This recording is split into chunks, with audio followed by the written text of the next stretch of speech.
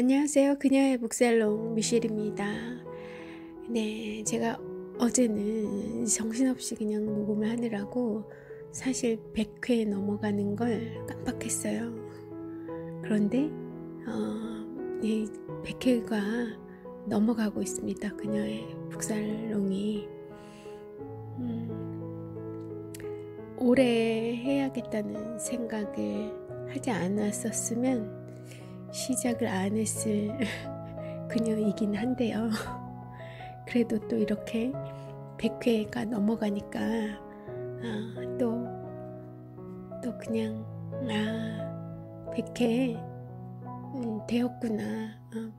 어떤 날은 좀 피곤한 날도 있었고 목소리가 좀 안 좋은, 목 상태가 안 좋은 날도 있었고 그런데 어쨌든 하루에 한 회씩은 올리리라 생각을 하고 시작했던 게 이제 100일이 넘어가는구나 하는 생각이 들었어요. 어떻게 잘 듣고 계신지 모르겠습니다. 부디 조금 편안한, 그리고 이렇게 생각해 볼 수 있는 그런 시간들 되셨으면 하는 바람이고요. 오늘 101회 같이 할 작가는 톨스토이예요. 톨스토이고 그의 안나 까레리나 그 작품, 그 방대한 작품을 한 1시간 남짓 되겠죠? 그 시간 동안 같이 해보려고 합니다.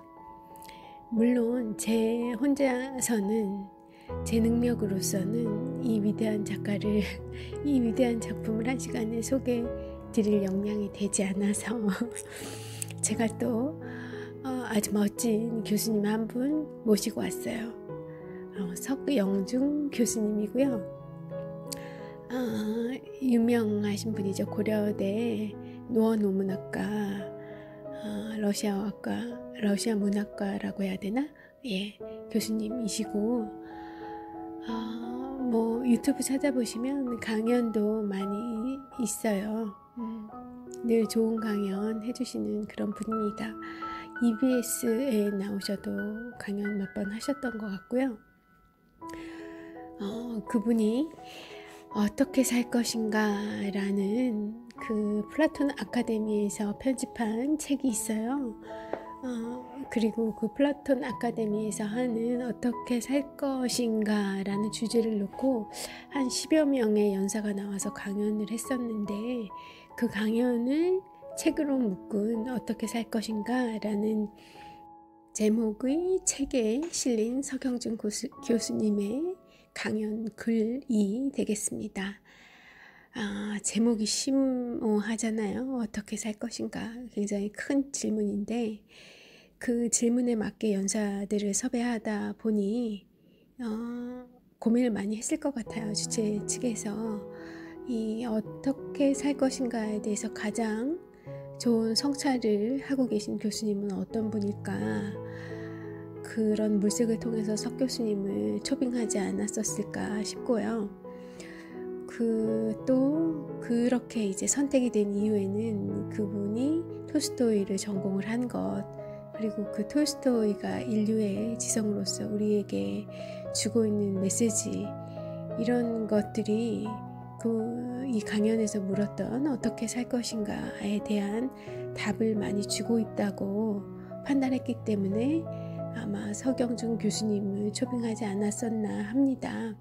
그리고 그 부름에 정말 딱 그 와닿는 그런 응답을 하셨죠. 아마 오늘 이 챕터 다 듣고 나시면 여러분도 저와 같은 생각에 공감하시게 될 거예요. 자, 시작하기 전에 어떻게 살 것인가에 대한 그 톨스토이의 답은 바로 성장이었습니다. 성장은 몰입, 소통, 죽음의 3단계로 나누어 볼 수 있습니다.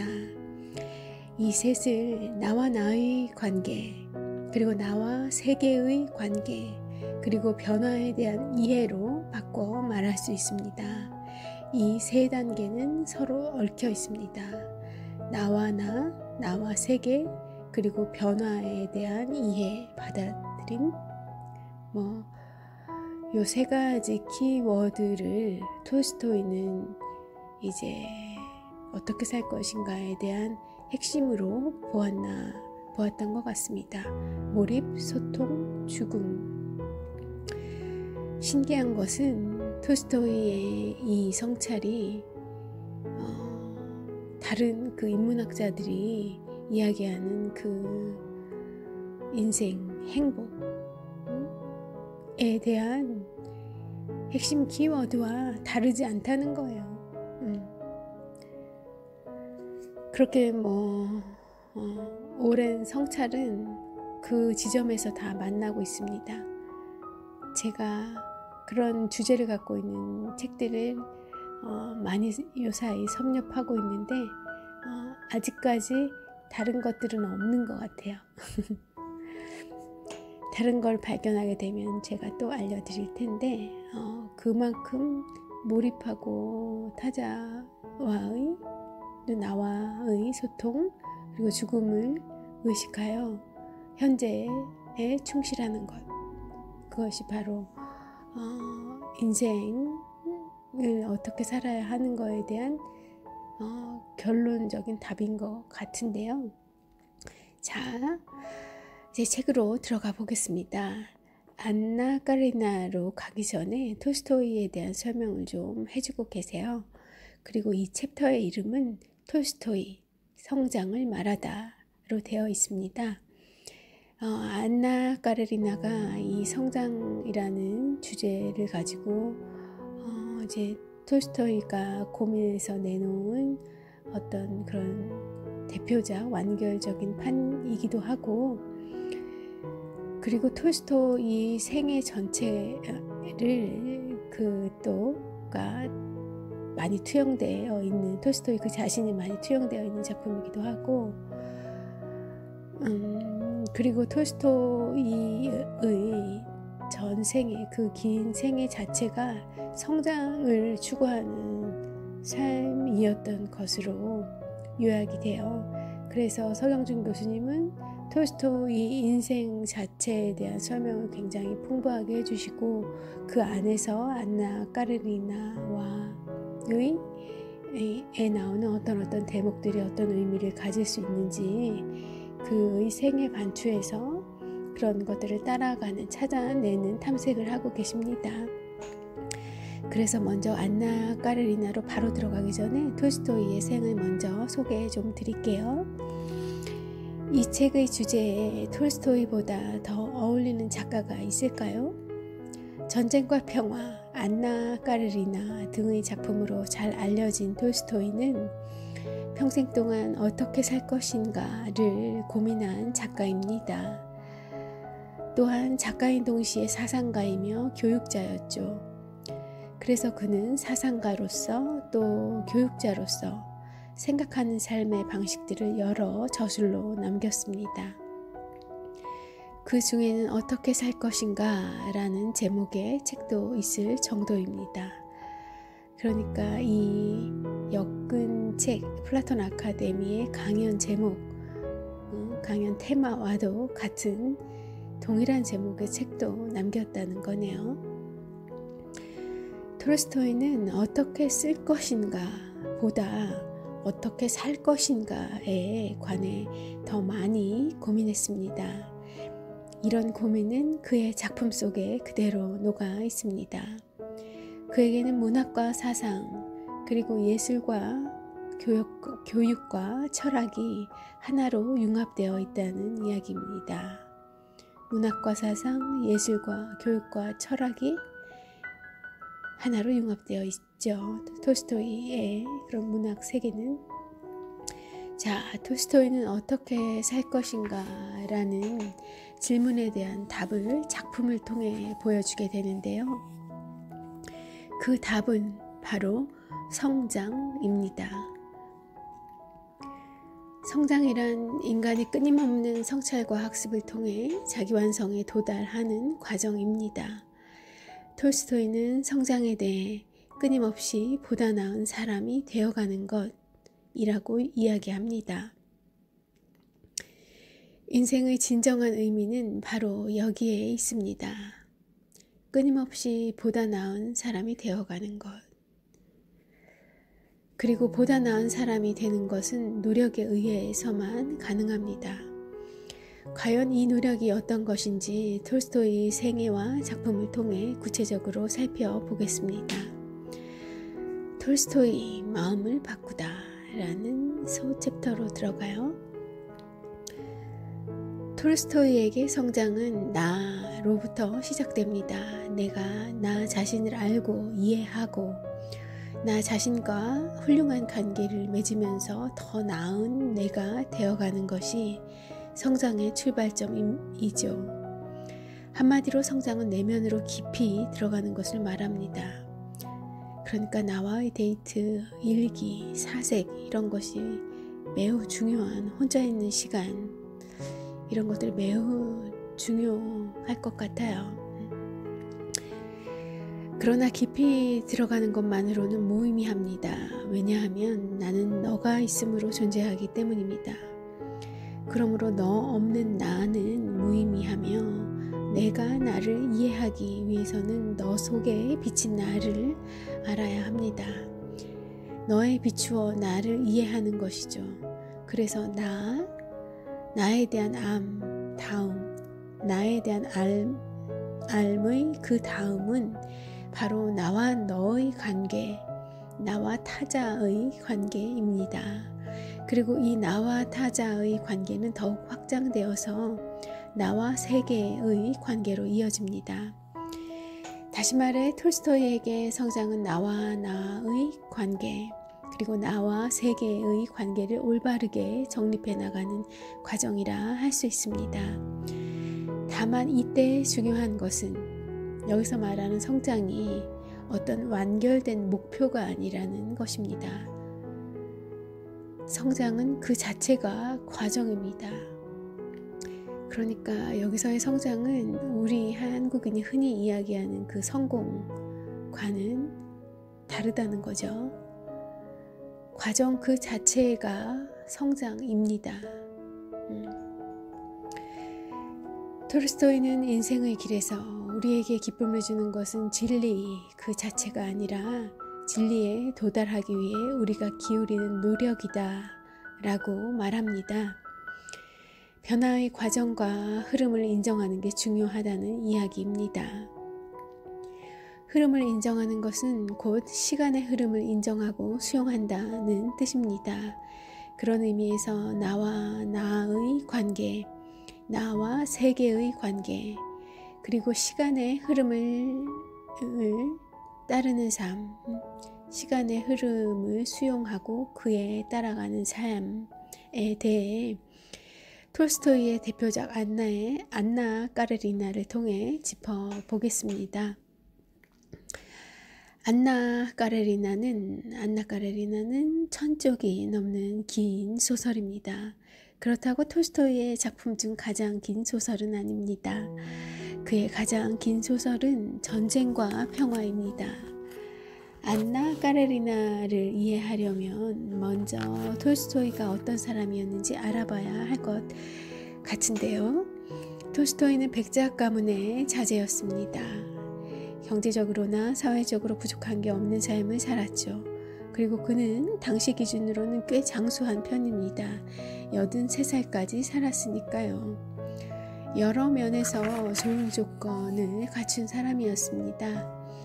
톨스토이는 다양한 별칭으로 불렸는데 그중 가장 대표적인 것이 인류의 스승, 현자입니다. 오늘날의 표현으로는 멘토 같은 의미입니다. 인류의 멘토. 영국의 사상가 이사야 벌린은 세계의 유명 인사들을 두 부류로 분류했는데요. 하나는 고슴도치형이고 다른 하나는 여우형입니다. 고슴도치형은 깊이 파고드는 유형의 인간으로 한 가지 일에 집중하며 단일하고 명료하고 통일된 비전으로 모든 것을 통합하는 사람을 뜻합니다. 반면 여우형 인간은 다채로운 경험과 현장의 체험을 중요하게 여기며 다양한 시각을 즐기는 사람입니다. 얼핏 보기에 톨스토이는 여우형 인간에 가깝습니다. 그는 경제적인 여유도 있었고 시간적 여유도 있었고 또 남다른 활력을 내뿜는 사람이었습니다. 그래서인지 매우 다양한 활동을 즐겼는데 군대에 자원하기도 하고 카프카스 지방으로 가서 말을 타기도 했습니다. 외국 여행도 즐겼으며 문학뿐만 아니라 역사, 철학, 종교, 교육 등에도 관심이 많아서 다양한 주제의 글을 남겼습니다. 뿐만 아니라 도박과 사냥을 즐겼고 피아노도 잘 쳤습니다. 이런 모습을 보면 톨스토이는 분명 여우형 인간입니다. 그럼에도 불구하고 그는 이 모든 체험을 하나의 비전, 즉 어떻게 살 것인가에 대한 답으로 통일시켰습니다. 그래서 이사야 벌리는 톨스토이를 고슴도치가 되고자 했던 여우로 결론 짓습니다. 그 여우로서의 그 다채로운 경험과 현장 체험들이 결국은 본인의 문학을 위해서였던 게 아닐까 하고 미셸이 좀 의견을 추가해봐요. 네, 톨스토이와 관련해 반드시 짚고 넘어가야 할 또 하나는 그가 매우 현실적이었던 사람이라는 겁니다. 그는 당시 귀족 자제로는 드물게 꽤나 현실적이고 실용적인 사람이었는데요. 또한 추상적이고 관념적이고 현학적인 사변적인 모든 것을 거부했습니다. 그에게 필요한 것은 오로지 구체적이고 경험적이고 실용적이고 현실적인 것뿐이었죠. 그는 현장에서 발로 뛰는 유형의 사람이었습니다. 지주이기도 했던 그는 다른 지주들처럼 가만히 앉아있는 게 아니라 직접 영지 경영에 참여했으며 농부들과 함께 일도 했습니다. 또 그는 대단히 열정적으로 교육 사업을 벌였는데요. 농촌에 학교를 열어 아이들을 가르치기도 했습니다. 톨스토이는 당대의 예술가로는 보기 드물게 아름다움에 대한 독특한 시각을 가지고 있었습니다. 그냥 아름답기만 한 것은 거부했으며 단지 좋은 느낌이나 쾌감만을 주는 예술도 거부했습니다. 그가 생각하는 예술이란 반드시 실용적인 목표가 있어야 했습니다. 대놓고 나는 무용한 교양은 원치 않는다 라고 말했을 정도입니다. 그래서 톨스토이의 소설들은 우리가 생각하는 것보다 읽기가 쉽습니다. 길지만 너무 길지만 읽기는 매우 쉬워요. 그냥 잔잔하니 편안한 마음을 가지고 이렇게 읽으면 누구나 다 읽을 수 있습니다. 좀 잠이 오면 좀 졸릴 수도 있어요. 몸이 피곤하거나 하면 너무 편안해가지고 잠이 들 수도 있어요. 그러면 또 조금 자다가 일어나서 또 읽고 그러면 됩니다. 네, 여러분은 전쟁과 평화를 읽어보셨나요? 읽은 사람이 많지 않을 텐데요. 이유는 결코 어려워서가 아니라 너무 길어서입니다. 또 수많은 인물이 등장해서 그 이름이 헷갈리기도 합니다. 그런데 분량이 길 뿐이지 이 소설에는 사변적인 이야기나 현학적인 이야기, 난해한 문장이나 화려한 수사, 유려한 문체, 복잡한 문장 전혀 없습니다. 비유도 아주 단순하죠. 평생 어떻게 살 것인가? 이 문제를 대중에게 전파하려고 노력했기 때문에 그의 소설들은 현란하거나 복잡하지 않았습니다. 자, 이런 톨스토이의 인생에서 가장 중요한 사건은 바로 결혼입니다. 톨스토이는 35살에 16살 어린 독일계 의사의 딸 소피아 베르스와 결혼합니다. 이 결혼이 중요한 이유는 톨스토이의 모든 대작이 이 이후에 쓰였기 때문입니다. 톨스토이는 그녀와 결혼하면서 조상 대대로 물려받은 영지가 있는 야스나야 폴라냐에 정착합니다. 그때부터 그는 안정적인 삶을 꾸리며 지필에 몰두했고 아이를 13이나 낳습니다. 비록 그 가운데 5은 일찍 죽었지만 남은 8명의 아이들은 모두 장성의 일가를 이루었습니다. 48년의 결혼생활 동안 두 사람은 무척 싸웠다고 합니다.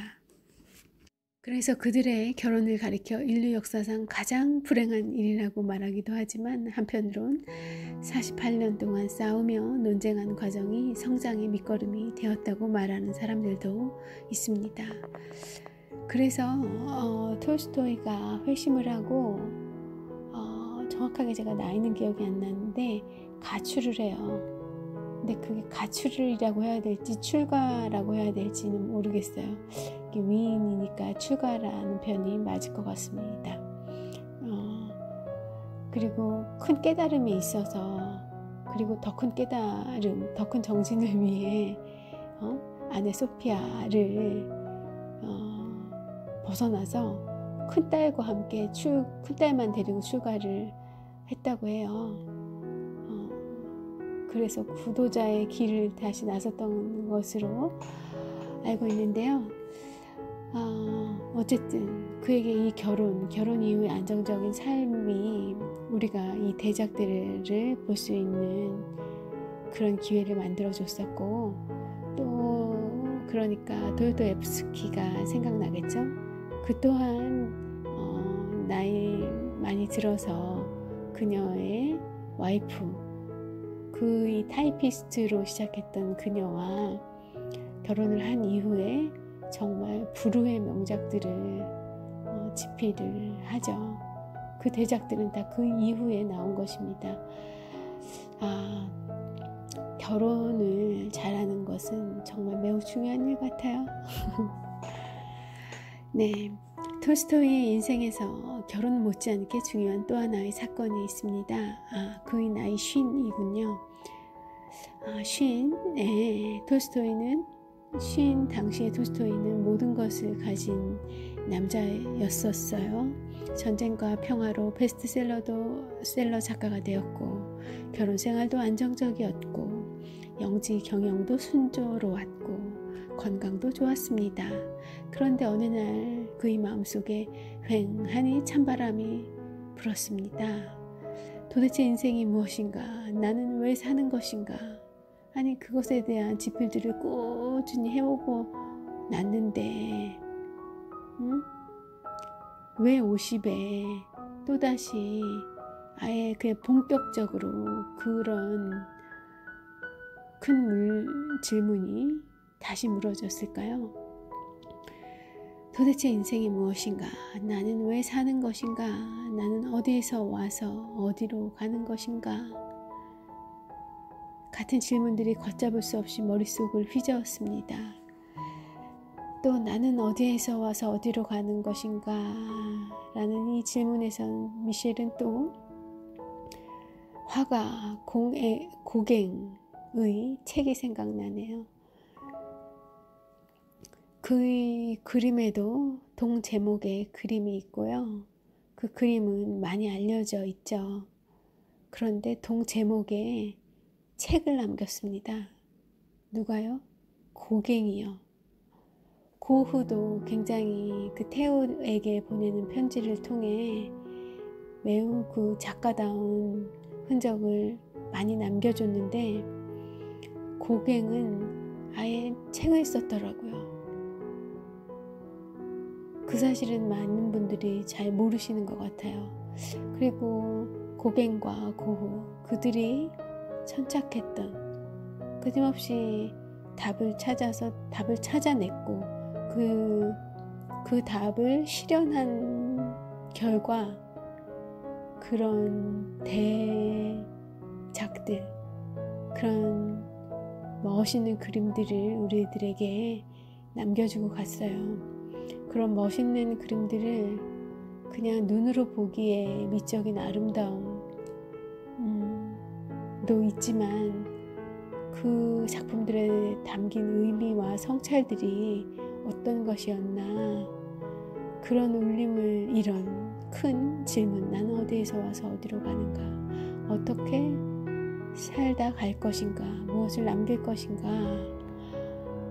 그런 위대한 질문을 던지고 그 질문에 온 생을 내던졌던 화가들이기에 수많은 세월이 지나고도 우리 현대인들에게 아직도 큰 그런 울림을 주고 사랑을 받고 있는 것 같습니다.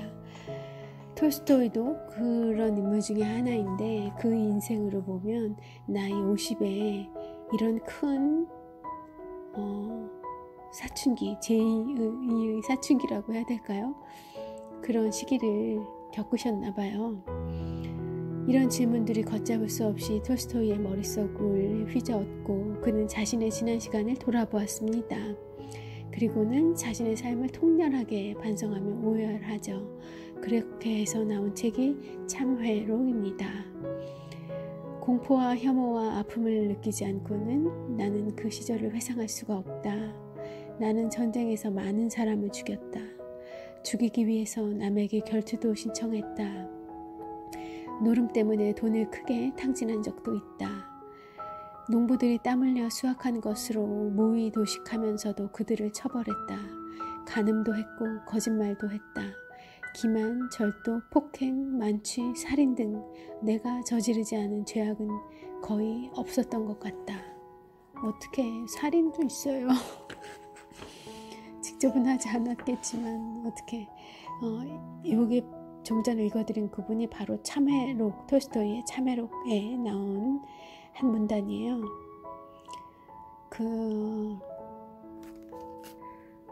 그 고백록을 남겼던 성 아우구스티누스인가요?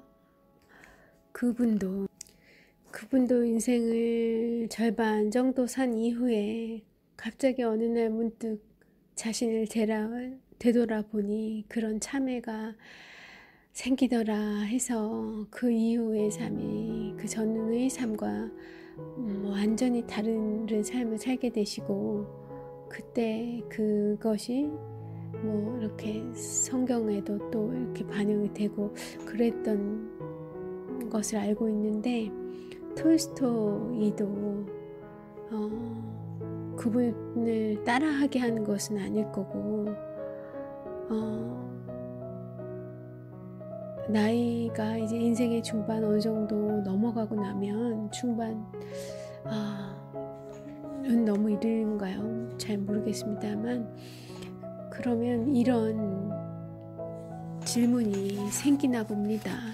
이제 그럴 때 그 자기 내면에서 들려오는 그 소리에 어떻게 반응하느냐가 그 이후의 삶을 굉장히 다른 모습으로 끌고 가는 것 같아요. 톨스토이에게 그런 경험이 있었다고 합니다.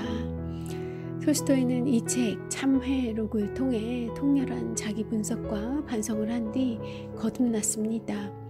그리고 이를 토대로 죽는 날까지 30년이 넘도록 어떻게 하면 제대로 살 것인지, 어떻게 해야 참되게 살 수 있는지에 대해 끊임없이 생각했고 그 결과물을 글로 옮겼습니다. 네, 여기까지가 톨스토이에 대해서 우선 알아봤어요. 오늘 방송이 조금 길어질 것 같은데 어떡하죠? 일단은 두 번째 문단으로 두 번째 섹션이라 이름 붙일까요? 로 넘어가 볼게요. 이제 본격적으로 안나 까레리나를 다뤄보려고 합니다.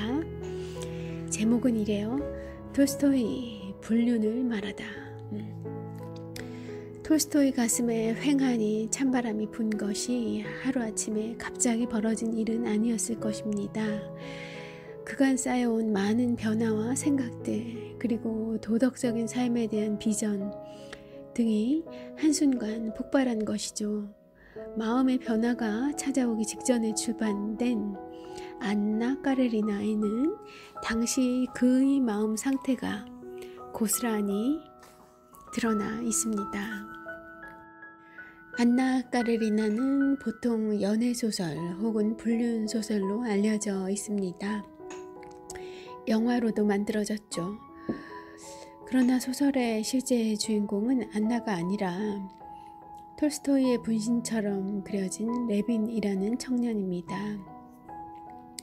레빈의 성장 과정이야말로 톨스토이가 우리에게 전달하려 했던 메시지입니다. 안나는 상트페테르부르크에 사는 고위 관료의 젊은 아내입니다. 아름답고 정숙하고 친절하며 어린 아들도 하나 있죠. 그러던 어느 날 모스크바에 사는 오빠에게서 전보가 옵니다. 오빠 스티바가 가정교사와 불륜을 저지르는 바람에 난리가 났다는 것입니다. 안나는 올케인 돌리를 위로하기 위해 기차를 타고 모스크바로 향합니다. 그런데 모스크바 역에서 잘생긴 청년 장교 브론스키와 맞닥뜨리게 됩니다. 아름다운 유부녀와 잘생긴 청년의 첫 만남. 두 사람의 눈에서 별이 빛났습니다. 그 뒤로 둘은 밀회를 거듭합니다. 그러다가 끝내 내연관계에 이르게 되죠. 안나는 결국 남편도 버리고 자식도 버리고 그리고 사회적인 명성도 모두 버리고 브론스키와 함께 내연의 생활을 시작합니다. 그러나 이들은 행복하지 않았습니다. 처음에는 그래도 괜찮았죠. 외국 여행도 다니고 브론스키의 영지에서 호화로운 생활도 합니다. 그러나 안나는 점점 불안해집니다. 브론스키가 혹시 자기를 버리지 않을까, 그의 사랑이 식지는 않을까 전전긍긍해합니다.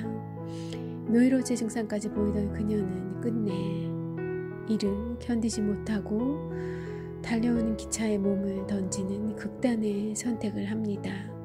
대단히 비극적인 러브스토리죠.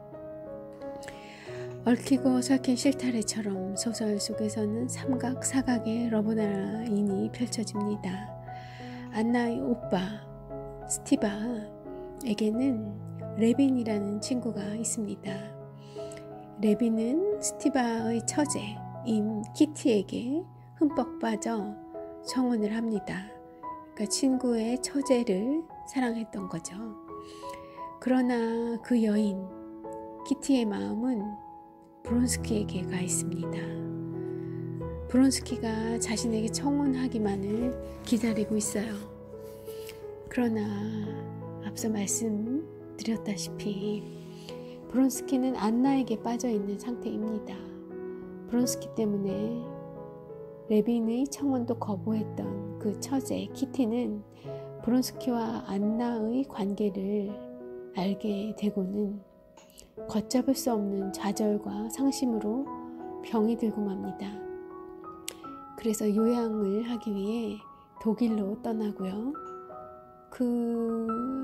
이제 병이 좀 호전되어서 다시 러시아로 돌아오는 길에 우연히 레빈과 재회하게 됩니다. 그리고 레빈은 또다시 그녀에게 청혼을 하죠. 결국 키티는 이제 그 요양을 통해 마음도 다스리고 깨달음도 있어서였는지 레빈의 청혼을 받아들여 결혼을 하게 되고요. 둘은 이상적인 삶을 향해 나아갑니다. 그러니까 레빈과 키티는 이상적인 삶을 향해 성장해 나가요. 그런데 안나와 브론스키 커플은 결국 파국을 맞게 되는, 그리고 죽음에 이르는, 안나의 죽음에 이르는 그런 삶이 되고요.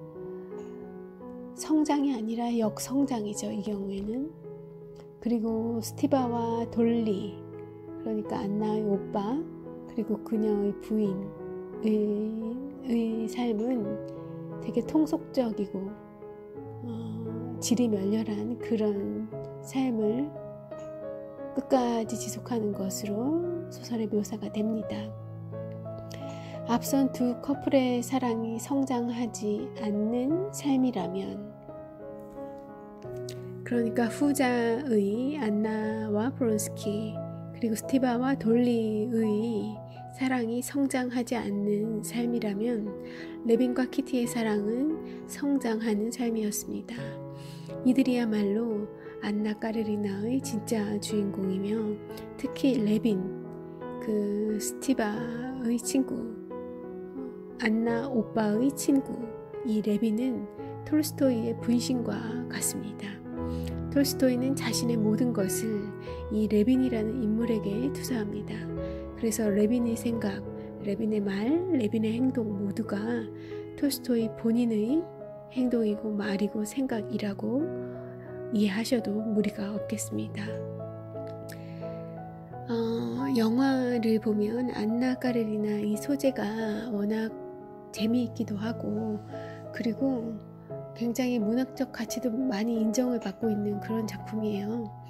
미국의 그런 소설가들에게 문학을 하는 사람들, 뭐 그런 문인가들에게 조사를 해도 가장 위대한 작품, 그리고 뭐 미국의 대학생들에게 조사를 해도 가장 위대한 문학 작품 1, 2위에 그렇게 랭킹이 되는 작품이 미국 작품이 아니라 러시아 작가 톨스토이의 이 안나 까레리나라고 합니다.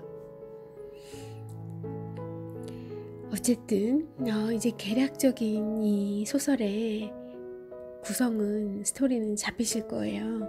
이제 좀 서경준 교수님의 그 해박한 그 깊은 통찰로 이 소설을 속에 톨스토이가 얘기하고 싶었던 그 성장의 테마를 레빈을 주로 이렇게 따라가면서 살펴보도록 하겠습니다. 아까 이 말씀을 드리려고 했는데 놓쳤네요.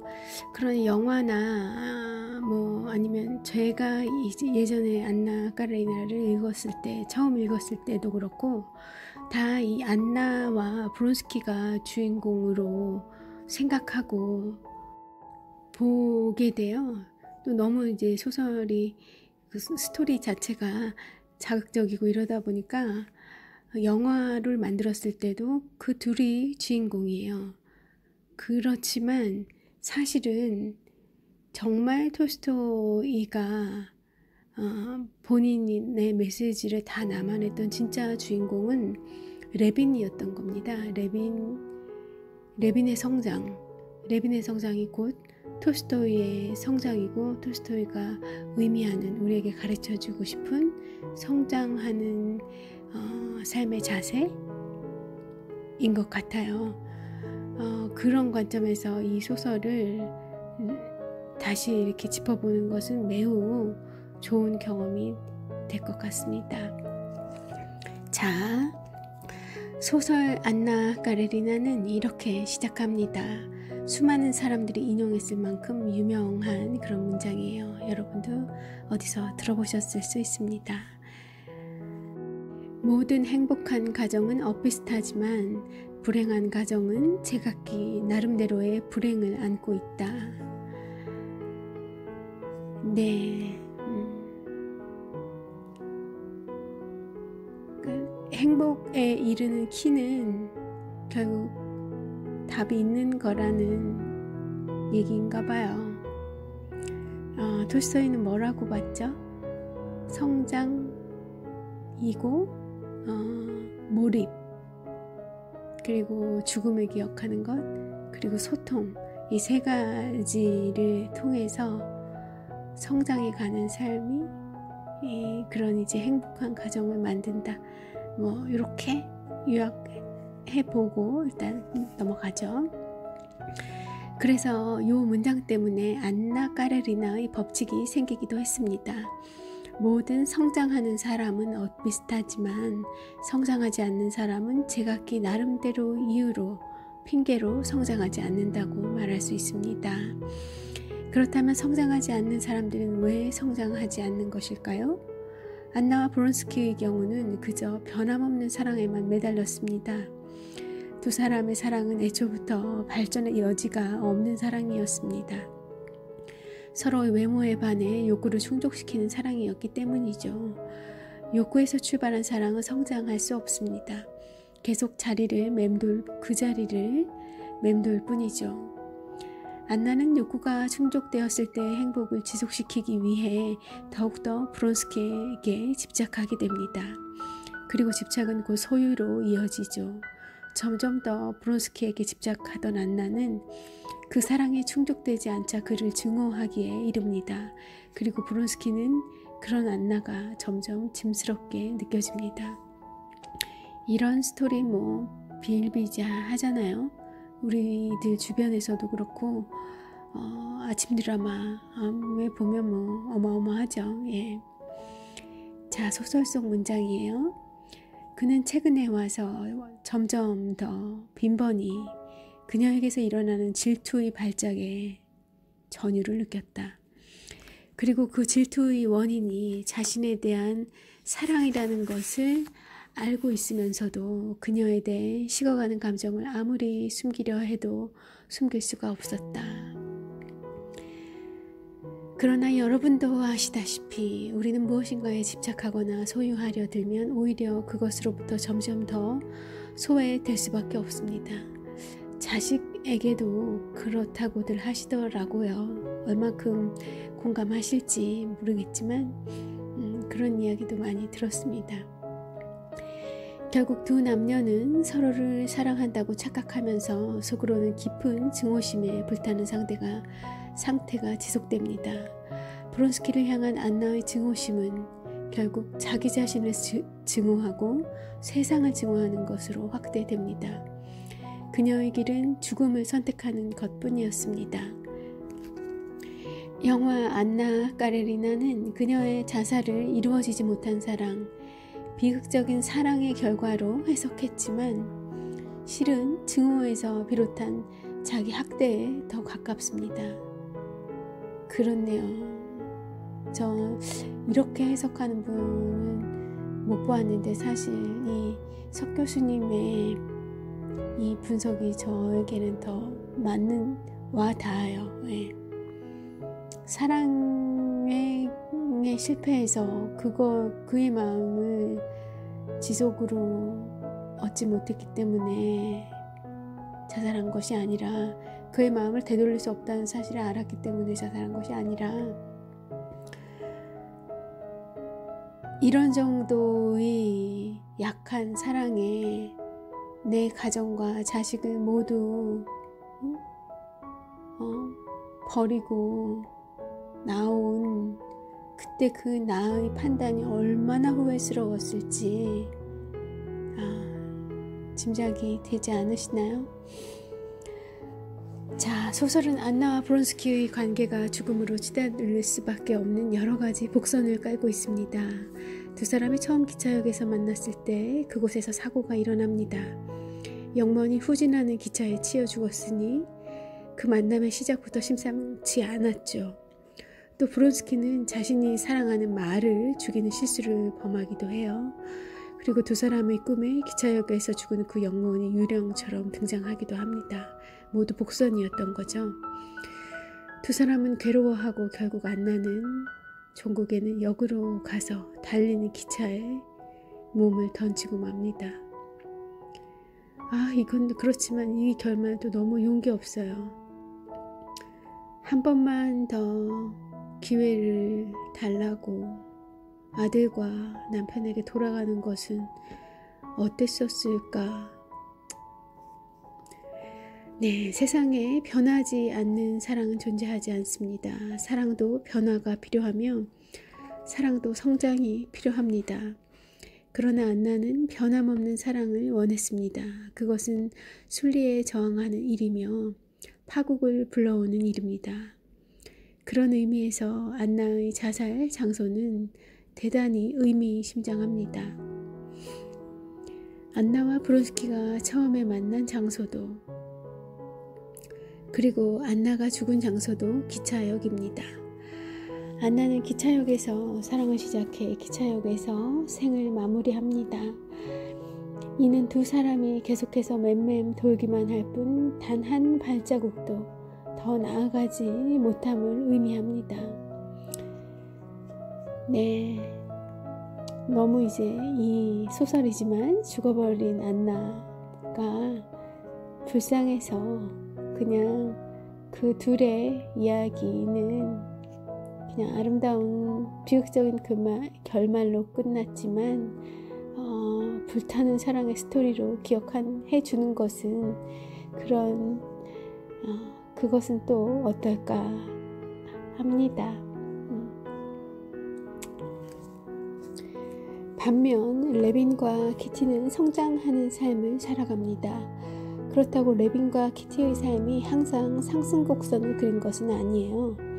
레빈도 키티와 결혼하고 처음에는 상당히 괴로워합니다. 내가 생각했던 결혼은 이게 아닌데 내가 그토록 사랑했던 여성이 이 여성일까? 라는 생각을 하게 되죠.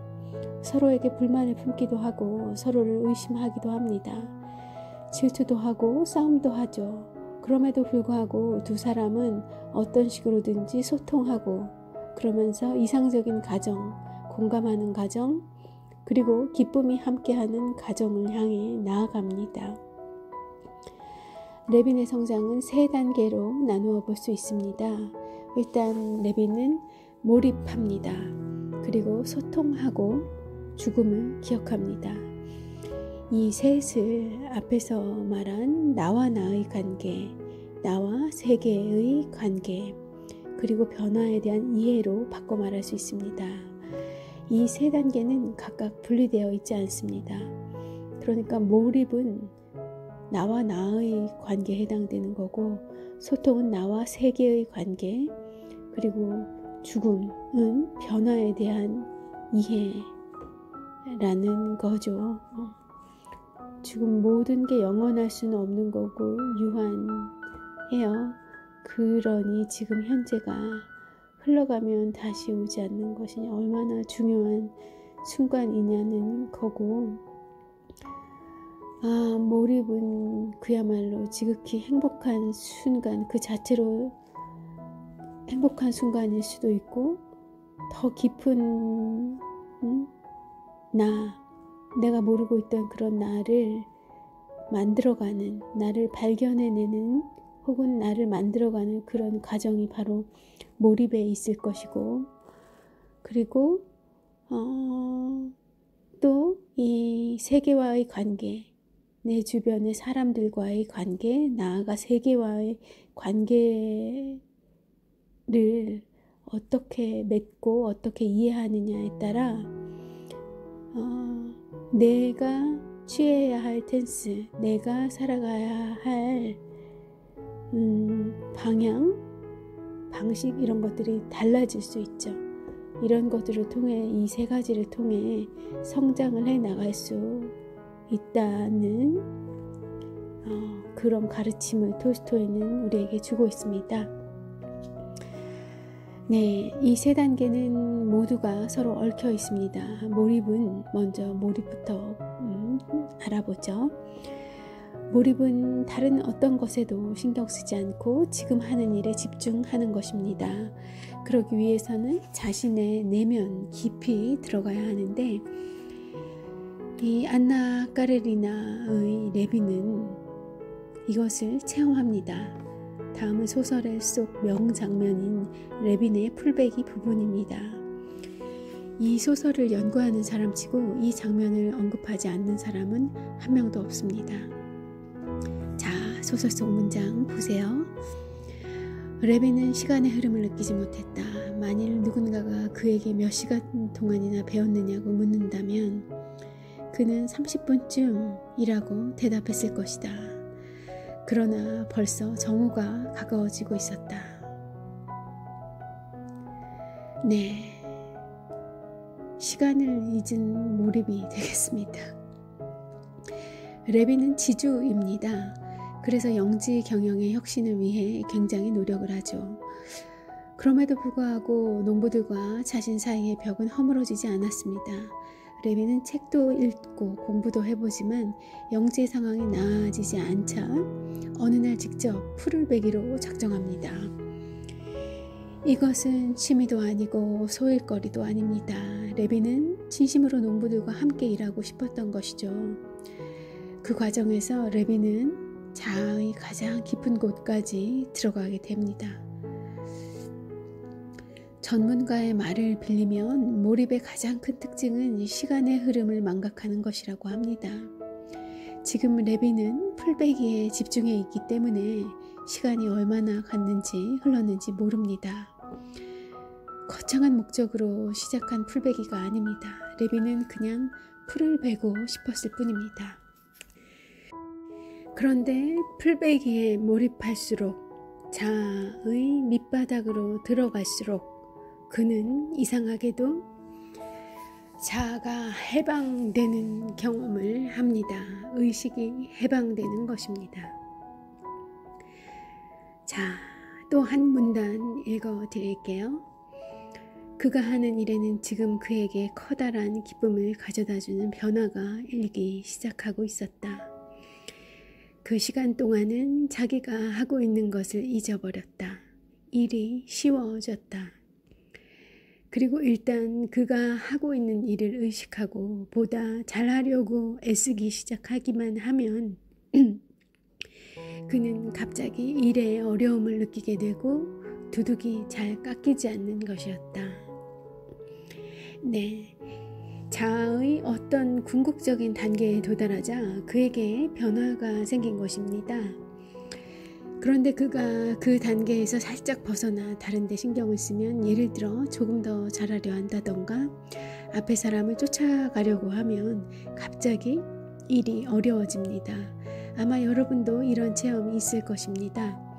어떤 일에 완전히 빠져 있을 때 흔히 마음을 비운다고 표현하는데요. 이런 상태에 있을 때는 일이 잘 됩니다. 저절로 되는 느낌이죠. 우리는 이런 것을 가리켜 무아지경이라고 합니다. 톨스토이 역시 그 무아지경의 상태로 풀베기를 설명합니다. 자, 또 문장 보세요. 낫이 저절로 풀을 베었다.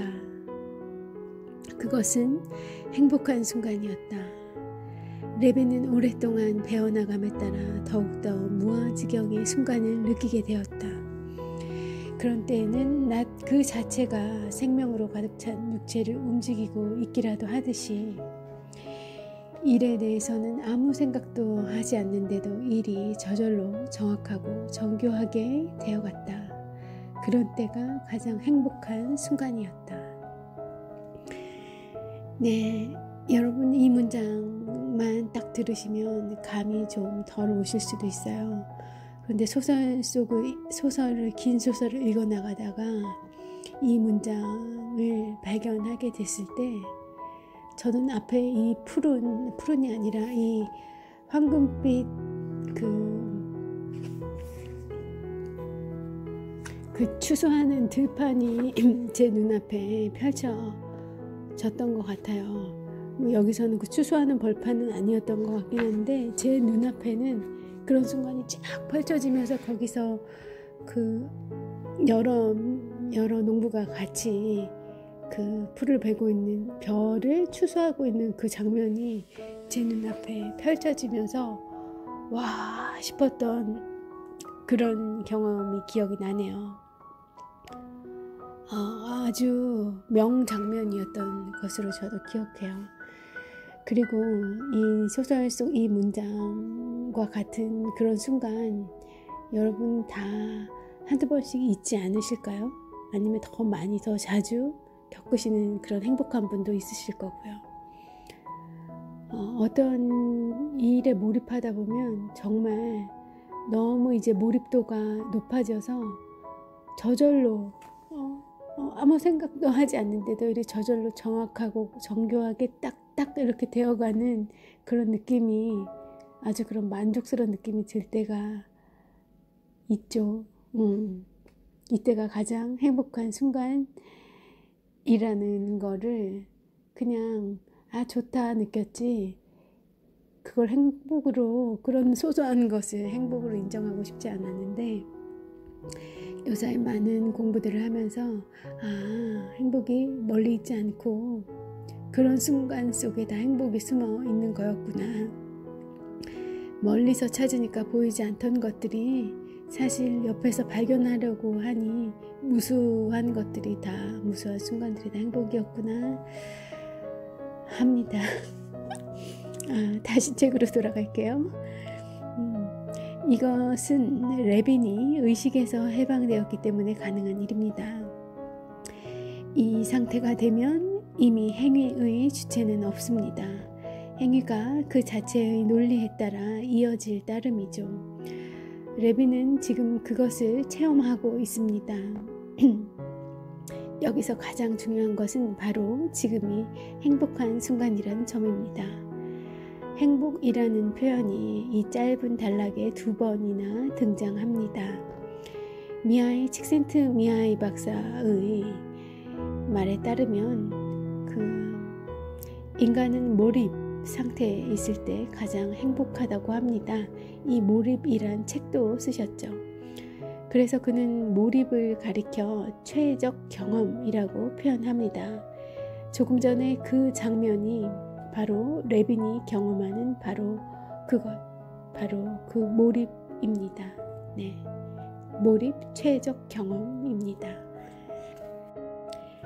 자, 다음으로 좀 넘어가 볼까요? 길어지는데 괜찮을런지 모르겠습니다. 여기까지 끊어놓고 잠시 다른 일들 하시다가 들으시는 것도 좋을 것 같아요. 네, 소통에 대한 얘기로 넘어가 볼게요. 톨스토이는 여기에서 그치지 않습니다. 톨스토이는 레빈의 경험을 확장시켜 나갑니다. 자아에서 해방된 레빈은 비로소 외부와 타자와 세계와 교감하게 됩니다. 자, 문장이에요. 레빈은 그들에게로 가서 자리를 잡았다. 주인에 대한 어려움은 이미 오래전에 자취를 감추어 버렸다. 일꾼들은 점심 준비를 하고 있었다. 레빈은 영감과 함께 식사를 하고 잔뜩 흥미를 느끼며 그의 집안일에 대한 이야기에 귀를 기울였다. 그는 형보다 영감이 더 가깝게 느껴졌다. 농부들도 그 풍경이 그려지시죠? 네, 농부들도 영주인 레빈이 자기들과 같이 풀을 베면서 일체가 되었다는 것을 본능적으로 알게 됩니다. 말이 필요 없는 것이죠. 농부들과 풀베기를 하고 함께 점심을 먹고 이야기를 나누면서 그는 완전히 그들과 일체화되는 경험을 합니다. 이제 그들 사이에는 말로 형언할 수 없는 신비한 유대감이 형성되었고 레빈이 그토록 허물고 싶어 했던 벽이 어느새 사라져버린 것입니다. 톨스토이는 소통에 대해 정말 오랫동안 생각했습니다. 그에게 소통은 인간에게 가장 기쁜 일이기 때문입니다. 톨스토이는 인생의 길이라는 저서에서 이승에서 인간이 얻는 최고의 행복은 사람들과의 융합과 일치다 라고 말했습니다. 이것은 아주 중요한 이야기입니다. 아무리 잘 먹고 잘 살고 성공한다 한들 그 행복은 오래 지속되지 않습니다. 행복이 지속되려면 타인과의 공감이 필요합니다. 톨스토이가 말한 사람들과의 융합과 일치는 오늘날의 공감과 같은 의미로 해석할 수 있습니다. 미래학자 제러미 리프킨은 공감에 대해 이렇게 이야기하죠. 공감은 다른 사람의 존재를 긍정하는 것이고 그들의 인생을 예찬하는 것이다. 공감의 순간은 살면서 누릴 수 있는 경험 가운데 가장 밀도 높은 생생한 경험이다 라고 말합니다. 소통의 1차적 매체는 언어입니다. 우리는 언어로 대화하고 소통합니다. 그러나 톨스토이는 아무리 생각해도 언어는 소통의 적절한 도구가 아니라는 결론에 도달합니다. 그는 언어는 많은 경우에 거짓이라고 그런 말까지 서슴지 않았는데요. 그래서 그는 90권이나 되는 소설을 썼음에도 불구하고 언어의 한계를 절감합니다. 반어적 표현은 아니었을까요? 이는 일견, 공감이 가는 이야기이기도 합니다. 말을 많이 한다고 해서 그것이 곧 소통은 아니니까요. 친구들과 3시간 동안 대화를 나눠도 돌아서면 공허하기 이를 데 없는 그 경험들 어느 누구나 있을 것입니다. 그래서 톨스토이의 소설을 보면 거짓 대화를 하는 사람들이 많이 등장하는데 안나와 브론스키가 대표적인 인물입니다. 그들은 끊임없이 말을 합니다. 끊임없이 말을 한다는 것은 그 상대방의 이야기를 듣지 않는다는 뜻이기도 합니다. 그렇겠네요. 그쵸? 톨스토이의 작품 속에서 진정하게 대화를 하는 사람, 진정한 소통을 하는 사람, 교감하고 공감하는 사람들은 가급적 말을 아낍니다. 대신 그들은 듣거나 보는 경우가 많습니다. 전쟁과 평화를 보면 이 말 없는 소통에 대한 아주 아름다운 사례가 묘사되어 있습니다. 적에게 잡힌 주인공 피에르는 프랑스군 사령관 앞으로 끌려가 신문을 당하게 되죠. 그런데 말이 통하지 않아서 답답하던 순간 피에르와 사령관이 서로를 응시합니다. 적의 장군, 제가 그 소설 그 문장 읽어 드릴 거예요. 적의 장군 다부는 눈을 들고 피에르를 찬찬히 쳐다보았다. 몇 초 동안인가 두 사람은 서로를 쳐다보았고 응시를 하는 동안 전쟁이라든가 재판이라든가 하는 일체의 조건을 초월한 인간으로서의 관계가 두 사람 사이에 맺어졌다. 이 순간 그들은 다 어렴풋이 무수한 사물을 느꼈다. 그리고 자기 둘 다 인류의 아들이자 동포라는 것을 깨달았다. 네, 전쟁과 평화의 한 문단이었습니다. 이 침묵 속의 응시가 생사의 갈림길에 있던 피에르의 생명을 구합니다. 참으로 아름답고 감동적인 대목이 아닐 수 없습니다. 이후에도 톨스토이는 중요한 교감, 중요한 공감, 중요한 소통은 항상 응시로 표현하기를 즐겼습니다.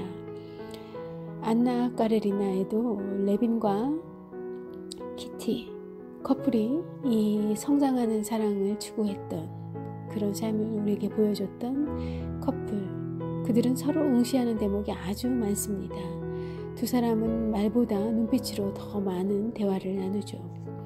한 예로 레빈이 결혼식을 앞두고 행복과 불안을 동시에 느끼는 부분이 있습니다. 그런데 키티와 눈이 마주치자 그의 불안은 눈 녹듯이 사라집니다. 자, 이런 문장이에요. 레빈은 키티의 시선과 마주쳤다. 그러자 그는 그 눈빛을 통해 그녀도 자기와 똑같은 그런 생각을 하고 있었다는 것을 알아챘다. 그녀의 그 감정은 어느 틈에 그에게로 옮아갔다. 그도 그녀와 마찬가지로 밝고 즐거운 기분이 되었다. 키티의 얼굴에서 타오르고 있던 그 기쁨의 불꽃은 회당 안의 모든 사람들에게 옮아간 것 같았다. 네, 아름다운 장면입니다. 예. 소통과 공감의 효과는 여기에 머물지 않습니다. 톨스토이는 두 사람이 진정으로 공감하면 그 공감이 반드시 퍼져나갈 것이라고 믿었습니다. 그래서 두 사람의 긍정적인 감정의 공감은 그들뿐만 아니라 회당 안의 모든 사람들에게 퍼져나갑니다. 톨스토이에게 있어서 소통은 단순한 생각의 교환이 아니라 어느 순간에 다다르면 소통 당사자들의 차원을 넘어서 세상으로 퍼져나가는 그런 신비한 교감입니다. 네, 소통이라는 게 이런 전파력이 있는 그런 거라고 정의를 내리는 거를 저는 석 교수님에게서 배우네요. 그렇지만 우리 살면서 이런 장면들은 많이 겪어 보았을 것 같아요. 네. 가만히 그 경험을 좀 떠올려 보실까요? 네. 그래요. 진정한 소통은 바로 그런 것이었군요. 예. 그럼 이제 성장을 이 정도로 마무리하고 죽음에 대해서 넘어가 볼게요. 죽음으로 앞서 몰입을 받고 성장을 받고 이제 마지막으로 죽음에 대해서 톨스토이의 이 가르침을 레빈을 통해 따라가 보겠습니다. 레빈의 성장 과정 중 마지막 단계는 죽음입니다. 톨스토이는 많은 죽음을 경험한 사람이었습니다. 3살 때 어머니를, 10살 때 아버지를 여의었습니다. 그리고 아주 좋아하던 형이 있었는데 35이 되었을 때 톨스토이가 35해 되던 해에 형마저도 세상을 떠납니다. 그는 죽음에 대해 많은 생각을 했고 또 죽음에 대한 공포와 두려움을 물리치고자 많은 철학과 종교와 사상을 공부하기도 했습니다. 게다가 그는 58살 되던 해에 하마터면 죽을 수도 있는 위기를 겪었습니다. 마차에 치였는데 상처가 덧나서 감염이 되었었나 봐요. 그 바람에 거의 죽었다 깨어났다고 해요. 이런 체험을 통해 톨스토이는 죽음에 대해 많은 생각을 하게 되는 거죠. 그러나 톨스토이의 죽음에 대한 생각이 허무주의로 흘러간 것은 아닙니다. 톨스토이는 삶을 무척이나 사랑했고 또 활력이 넘쳤습니다. 그랬기에 더더욱 죽음을 받아들이기 힘들었는데요. 이렇게 행복한데, 이렇게 잘 살고 있는데, 이렇게 세상에 좋은 게 많은데 왜 죽어야 하는가, 내가 왜 죽어야 하는가 라는 생각이 들자 그는 분노합니다. 톨스토이는 대단히 똑똑한 사람이었습니다. 공부도 많이 했고 아주 현명했죠. 그런데 그런 톨스토이가 도저히 이해할 수 없는 딱 한 가지가 바로 죽음이었던 거죠. 거기서 오는 무력감과 분노 등의 감정이 그를 죽음에 대해 사색하도록 가차없이 몰아붙였습니다. 안나 까레리나의 주인공 레빈도 이 죽음에 대해 골똘하게 생각합니다. 그것도 하필이면 소설이 거의 끝나갈 무렵 키티가 그녀의 와이프, 사랑스러운 와이프 키티가 아이를 낳고 모든 것이 더없이 좋은 그 순간에 그는 죽음에 대해 생각하며 절망합니다. 워낙 생각이 많은 인물인 철학자 레빈이죠. 자, 문장을 읽어 드릴게요. 그는 자신을 포함해 모든 인간의 앞날에는 고뇌와 죽음과 망각 외에는 아무것도 없다는 것을 확실하게 이해했다. 네, 우리의 앞에는 고뇌와 죽음과 망각 많이 있습니다. 이런 상태이다 보니 무엇을 한들 의미가 있겠습니까? 레빈은 무엇을 해도 허무하고 무의미하게 느껴지는 상태에 빠지게 되는데요. 고민하고 좌절하던 그는 한 농부를 만나게 되고요. 그로부터 깨달음을 얻습니다. 농부는 이렇게 말해요. 그냥 사는 것이고 선하게 사는 것이다 라고 말이죠. 레빈은 이 선하게 사는 것에서 죽음을 극복하는 한 가지 단초를 발견하게 됩니다. 자, 그렇다면 톨스토이는 어땠을까요? 그는 이 소설이 끝난 뒤에도 지속적으로 죽음에 대해 생각합니다. 결국 그가 발견한 해답은 죽음을 기억하는 것이었습니다. 이것은 일종의 모순이죠. 죽음은 아직 오지 않은 것입니다. 반면 기억은 과거를 떠올리는 것이죠. 그러나 바로 이 모순을 통해 우리는 현재로 느낄 수 있습니다. 우리가 만일 죽음을 기억한다면, 그리고 죽음이 필연적이라는 사실을 기억한다면 현재가 얼마나 소중하고 값지겠습니까? 톨스토이는 죽음을 미워하고 혐오하며 죽음에 대해 분노하는 대신 죽음을 기억하는 것에서 그 답을 찾았습니다. 네, 얼마나 소중한 현재일런지요. 메멘토 모리, 바로 톨스토이도 그 메멘토 모리를 찾아냈던 거죠. 죽음을 기억하면 현재가 놀랄 만큼 풍요로워집니다. 매 순간이 선물처럼 느껴지고 또 그 순간에 충실한 삶을 살게 되죠. 그래서 톨스토이는 인생의 길에서 이렇게 이야기합니다. 오늘 밤까지 살아라. 동시에 영원히 살아라. 네, 오늘 밤까지 살아라. 동시에 영원히 살아라. 톨스토이가 남긴 말입니다.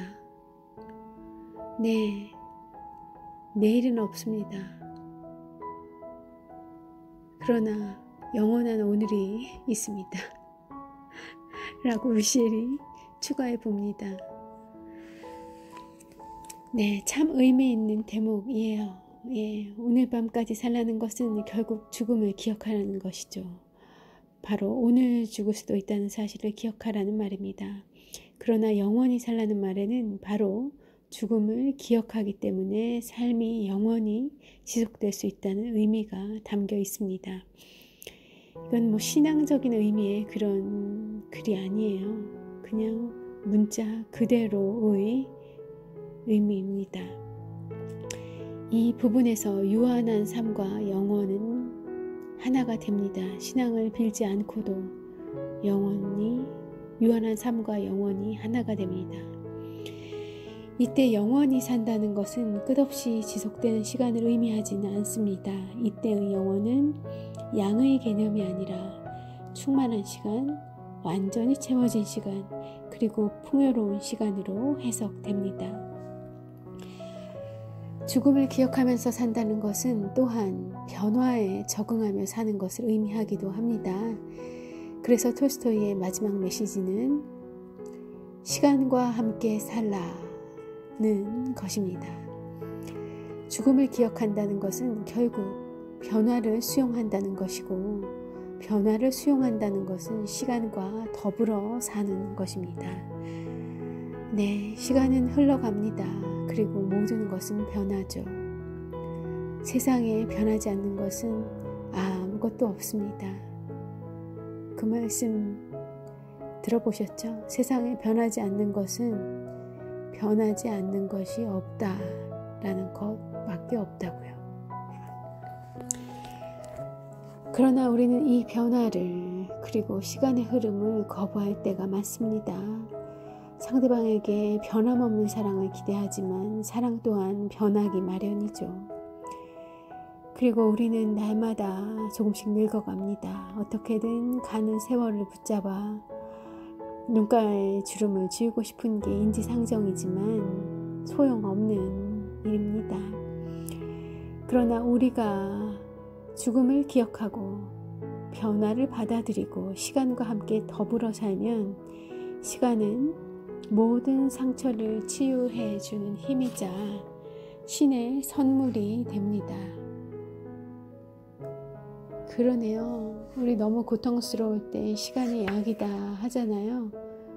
그런데 시간이 흐르지 않는다면 계속 그 지옥 같은 상태에 머무르는 예를 들면 어떤 모멸감을 당하고 있는 상태에 만약에 인생이 멈춰버린다면 시간이 흐르지 않고 얼마나 끔찍합니까? 흐르는 시간이 흐른다는 것, 이건 선물이었네요. 그렇지 않은가요? 선물이었어요. 시간이 선물이라는 건 알고 있었지만 현재가 선물이라는 거 알고 있었지만, 많은 현자들이 알려줘서 알고 있었지만, 흐르는 시간이 흐른다는 것이 선물이라는 것도 또 한 번 석 교수님한테 배우게 됩니다. 네, 인생의 뒤안길에는 상처도 있고 슬픔도 있고 고뇌도 있습니다. 이루지 못한 욕망도 있고 배신도 있고 좌절도 있습니다. 그러나 이 모든 것들도 결국 다 흘러갑니다. 그리고 시간의 힘에 의해 그 모든 것이 다 치유되죠. 시간의 힘에 의해 치유가 가능한 거죠. 이 모든 것을 받아들일 수 있을 때 인간은 성장합니다. 레빈은 소설의 말미에서 비로소 이것을 이해하고요. 자, 다음은 바로 이런 레빈의 이해를 엿볼 수 있는 안나 까레리나의 마지막 문장입니다. 들어보세요. 나의 생활 전체는 나에게 무슨 일이 일어나던 그것과는 상관없이 매 순간순간이 이전처럼 무의미하지 않을 것이다 라고 끝을 맺습니다. 우리의 진정한 주인공 레빈은 드디어 그 비밀을 깨달았네요. 레빈은 평정심을 되찾고 참된 삶을 깨달은 동시에 그게 끝이 아님을 알게 됩니다. 내가 지금 이런 생각을 하고 있지만 내일이 되고 모레가 되면 분명히 또 아내와 싸울 것이고 때로는 하인에게 소리도 칠 것이고 그럼에도 불구하고 나는 성장해 나갈 것이며 매 순간순간이 이전과는 다를 것임을 확신한다는 것입니다. 그래요. 어떤 그냥 지루한 일상이 됐던 그게 아니라 청천벽력, 날벼락 같은 그런 일이 일어나도 우리 살다 보면 있을 수 있죠. 이 코로나 사태에 감염이 대신 확진 판정을 받으신 그런 분들도 상상이나 했었을까요? 그런 일이 나에게 벌어질지. 살면서 아무튼 무수한 그런 지루한 일상과 그리고 그런 또 어떤 예기치 못한 큰 불행스럽게 여겨지는 그런 불의의 사고 등이 있을 수 있어요. 그리고 나를 몹시 괴롭히는 커스터머 아니면 보스 나타날 수 있죠. 얼마든지 나타날 수 있죠. 그러나 그 모든 것과 상관없이 매 순간순간이 무의미하지 않을 것이고 그 안에서 나는 어떤 깨달음과 성찰, 성장들을 해 나갈 것이라는 의미 아니겠습니까? 삶을 고통스럽게 하는 그런 많은 일들을 그냥 흘려보내면 잘 흘러가지도 않을 뿐더러 본인도 괴롭고 그리고 이렇게 소중한 빛나는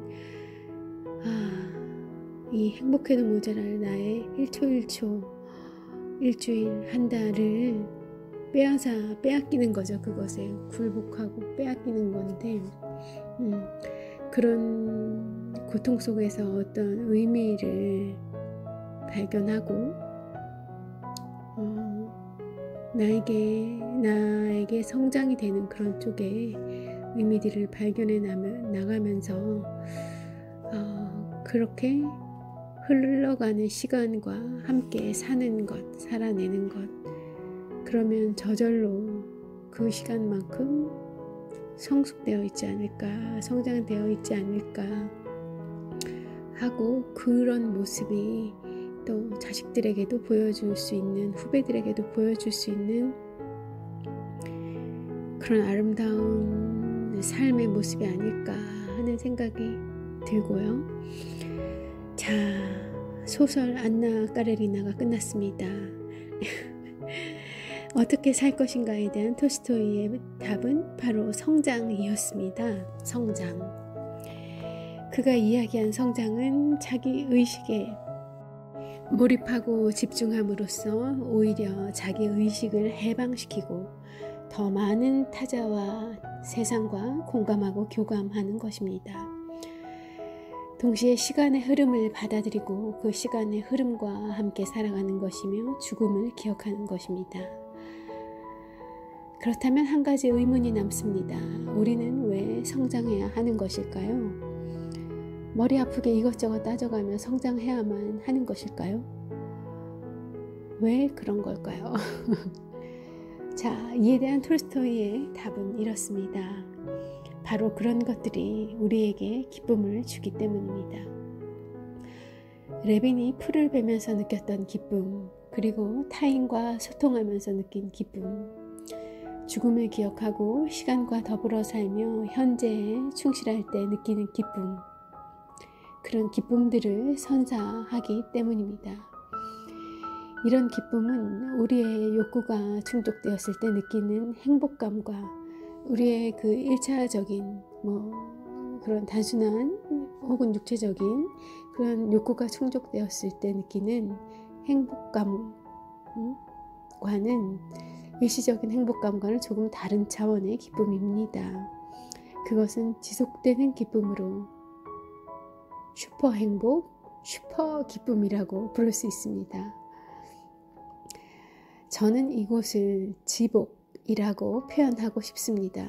바로 더할 나위 없는 행복, 그 무엇과도 바꿀 수 없는 커다란 행복인 것이죠.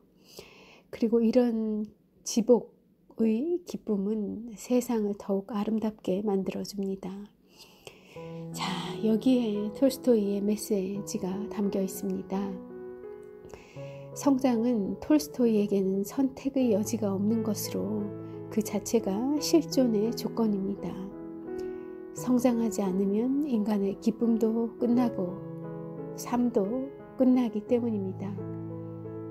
성장하지 않는 삶은 삶이 아니라는 그런 의미인 거죠. 실존의 조건이라는 게. 자, 여러분은 그런 성장의 삶을 살고 계십니까? 아닙니까? 라고 저희한테 질문을 던지시는 것 같군요. 예. 바로 이것이 톨스토이가 90권이나 되는 책을 쓰면서 우리에게 전하려 했던 메시지의 핵심입니다. 네, 여기까지가 우리 마음이 아주 곱고 따뜻하실 것 같은 그런 이 서경준 교수님의 서경준 교수님과의 만남이었습니다. 또 석 교수님을 통해 우리가 톨스토이를 새로 보고 안나 까레리나를 또 그 속에서 레빈 작중 화자로 분한 톨스토이를 만날 수 있었던 그런 시간이었고요. 오늘 제가 녹음한 이후로 가장 긴 방송이에요. 여러분들이 이거 듣다가 무슨 사정으로 끊게 다 못 들으시는 그런 상황이 오지 말아야 될 텐데 말이죠. 혹은 잠이 드시지 말아야 할 텐데 말입니다.